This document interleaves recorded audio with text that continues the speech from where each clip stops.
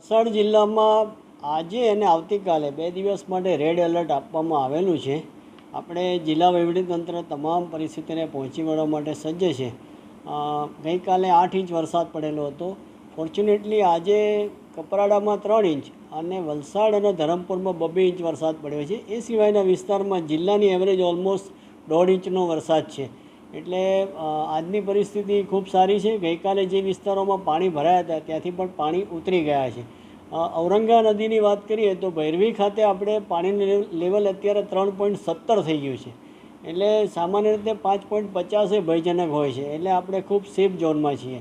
દમણગંગાની વાત કરીએ તો અત્યારે દમણગંગામાં પણ 69,879 ક્યુસેક્સ પાણી છોડાઈ રહ્યું છે. એના 10 ગેટ છે, 1.5 મીટર ઓપન કરેલા છે અને રૂલ લેવલથી ઘણું નીચે છે પાણી. એટલે દમણગંગામાં પણ કોઈ અત્યારે પ્રશ્ન રહેતો નથી. એક તકેદારીના પગલાં રૂપે આપણે તમામ શાળા કોલેજો ITI એને આપણે આવતીકાલે રજા જાહેર કરેલી છે, જેથી કરીને બાળકો અને વાલીઓને કંઈ મુશ્કેલી થાય નહીં. આ એક આપના માધ્યમથી મારે સૌને જાણ કરવાની છે.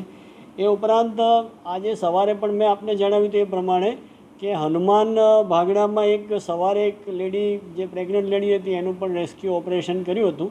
એ પછી પાણી ઘટતા બીજું કોઈ રેસ્ક્યુ ઓપરેશનની આવશ્યકતા જણાઈ નથી. એકંદરે જિલ્લાની પરિસ્થિતિ ખૂબ સારી છે. વરસાદ પણ ઓછો છે, પણ છતાં જ્યારે હવામાન ખાતાનું 2 દિવસનું રેડ એલર્ટ છે એટલે તંત્ર હાઈ એલર્ટ મોડ ઉપર છે. અમારા તમામ અધિકારીઓ, DDO સાહેબ, SP સાહેબ, પોલીસ તંત્ર અને અમારા પ્રાંત મામલતદાર બધા જ પોતાની ફરજ ઉપર હાજર છે. અત્યારે 117 રસ્તા બંધ છે. જેમ જેમ પાણી ઓસરશે એમ આપણે રસ્તા ખોલીશું. અત્યારે કોઈનું સ્થળાંતર કરવામાં આવ્યું હોય તેવા ખરા? ગઈકાલે 6 વિસ્તાર, નીચાણવાળા વિસ્તારોમાં 1152 લોકોનું સ્થળાંતર કરેલું હતું. આજે તો કોઈ વધારે વરસાદ છે નહીં, એટલે આજે કોઈ વધારાનું કોઈ સ્થળાંતર કરેલ નથી. અને હનુમાન બાગડા વિસ્તાર જે વિખૂટો પડી ગયેલો, સંપર્ક વિહોણો થઈ ગયો હતો, તે વિસ્તારની શું પરિસ્થિતિ? એ વિસ્તારમાં પણ આજે જ્યારે પાણીનું લેવલ ઘટ્યું ત્યારે આપણે SP સાહેબ પણ વિસ્તારની મુલાકાત લઈ આવ્યા છે અને ત્યાં બપોરનું ભોજન અને રાત્રિ ભોજન પણ ત્યાં પહોંચાડી દીધું છે અને એ વિસ્તારનો સંપર્ક થઈ ગયો છે. સર, ખાસ કરીને જો શહેરી વિસ્તારમાં જે ઔરંગા નદીનું પાણી આવ્યું ત્યારબાદ જે તારાજીના ડ્રેસર સામે આવ્યા છે, તો તંત્ર દ્વારા કઈ રીતની કામગીરી કરવામાં આવશે? તંત્ર દ્વારા પહેલાં તો રેસ્ક્યુની આપણે કામગીરી કરી.